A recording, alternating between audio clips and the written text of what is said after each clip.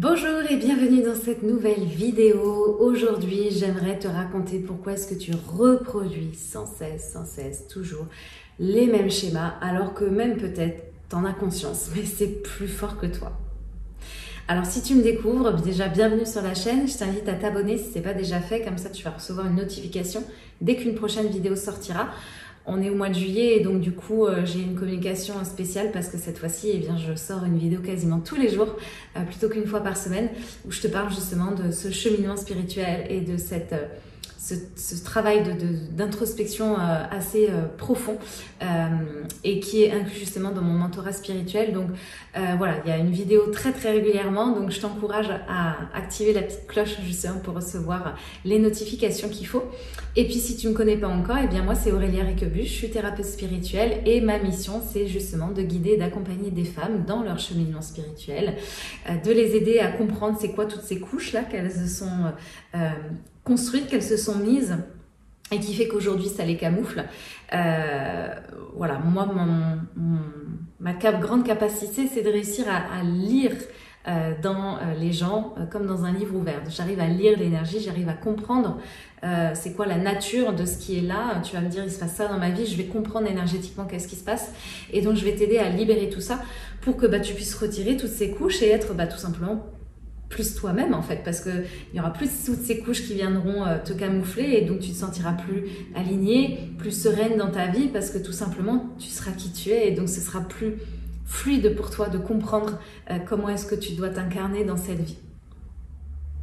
Alors justement, si tu as cliqué sur la vidéo aujourd'hui, peut-être que tu as envie de comprendre pourquoi est-ce que malgré toute la conscience que tu peux avoir sur tes blessures, peut-être même que tu as lu le livre des 5 blessures de l'âme de Lise Bourbeau et que tu sais que tu as la blessure d'abandon et que tu réagis tout le temps comme ça, etc.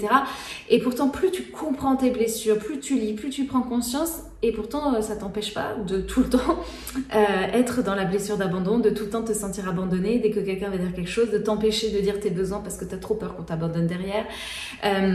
Alors, qu'est-ce qui cloche? Pourquoi est-ce que justement cette conscience-là, celle que l'on décrit ici, pourquoi est-ce que seule, en tout cas, elle ne suffit pas à te libérer? Et bien, c'est justement ce que l'on va aborder dans cette vidéo.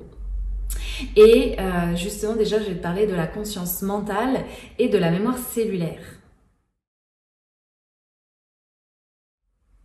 Alors la conscience c'est bien, prendre conscience des choses c'est bien, c'est la lumière que tu fais dans une pièce, mais la lumière seule ne suffit pas à ranger le bordel qu'il y a dedans. Donc la mémoire cellulaire c'est tous les objets qui sont entassés dedans, qui prennent de la place, c'est concret, c'est-à-dire que c'est enregistré dans tes cellules comme un programme informatique et ça continue de faire son petit bonhomme de chemin et ça continue de vibrer une certaine énergie, une certaine vibration d'abandon par exemple. Et que tu as beau avoir conscience que ouais, je la vois la blessure d'abandon. Mais si tu vas pas aller déloger cet objet qui prend de la place dans cette pièce, si donc tu ne vas pas aller dans tes mémoires cellulaires, si tu vas pas aller dans ton corps, dans ta chair, dans ton énergie, l'objet il reste là et donc il continue de vibrer.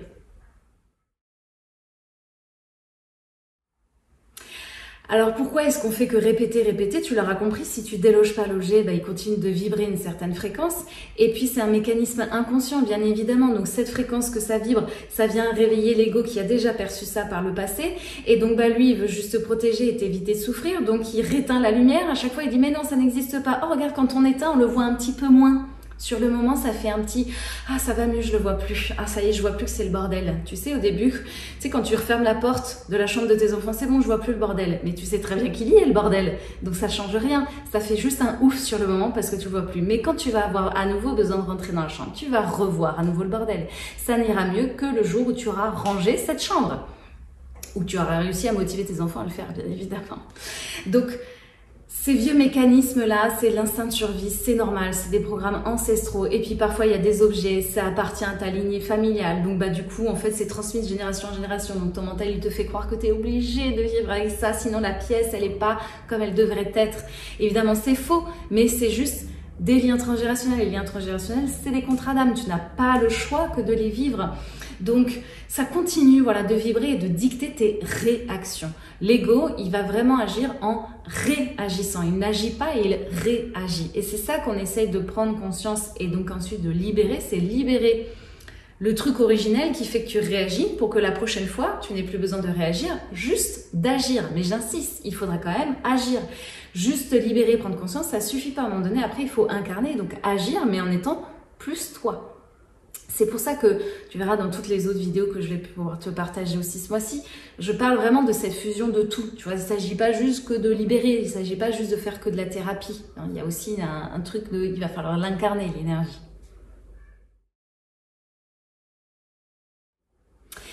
Donc c'est pas en cherchant à comprendre plus, hein, à détailler l'objet dans la pièce, ah oui mais je vois, etc.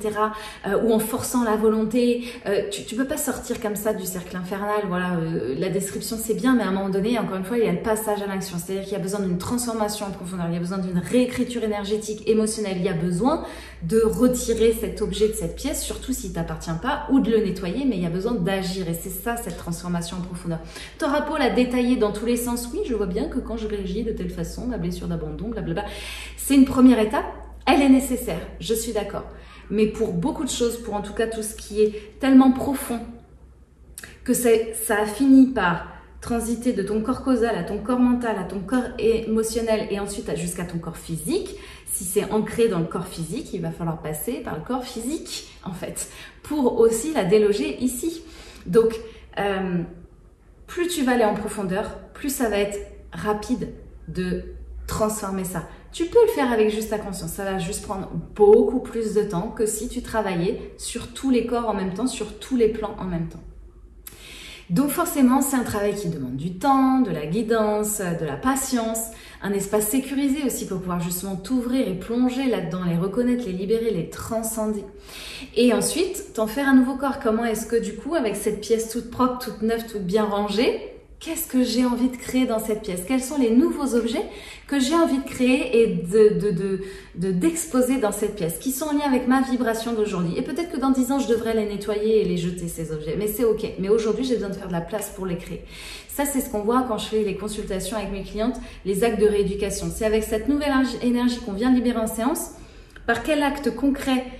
Des tout petits actes concrets, ça peut être, ok, là j'ai vu que j'avais tendance à m'en mettre trop, il y a une énergie là comme ça qui était au niveau cellulaire j'ai toujours tendance à mettre beaucoup de choses et à faire de trop grandes tâches qui me dépassent. Ok, bah là justement, ça tombe bien, en début de séance, on a dit qu'il y avait un salon organisé, et bah bim, ça tombe très bien, encore une fois, la vie nous apporte tout sur un plateau.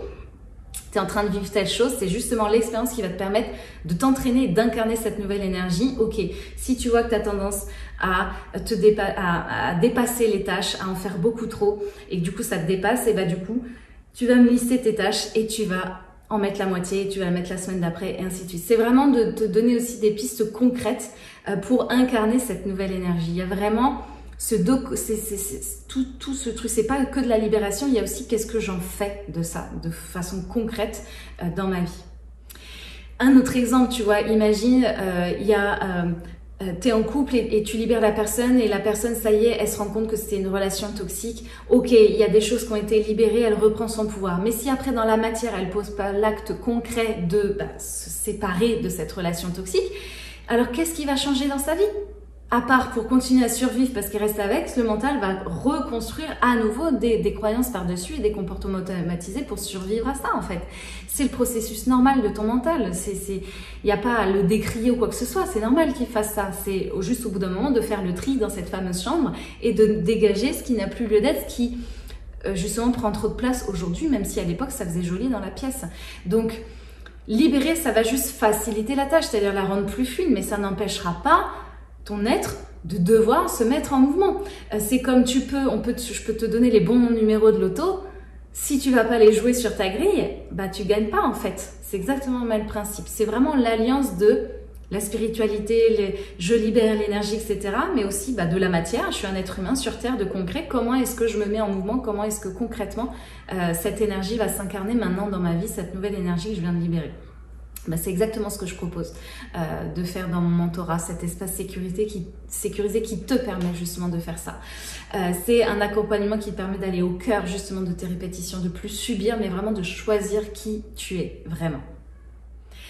Alors justement, si tu te reconnais dans ce cycle de répétition là, eh bien je t'invite à télécharger ton guide offert. Tu as le lien dans la description de la vidéo. C'est un guide qui va t'aider à reconnaître les 5 signes qui font que tu es prête justement pour un mentorat spirituel, parce que ce moment, ce bon moment, ça t'appartient. Il n'y a que toi qui peux choisir et décider et comprendre si c'est le cas ou pas.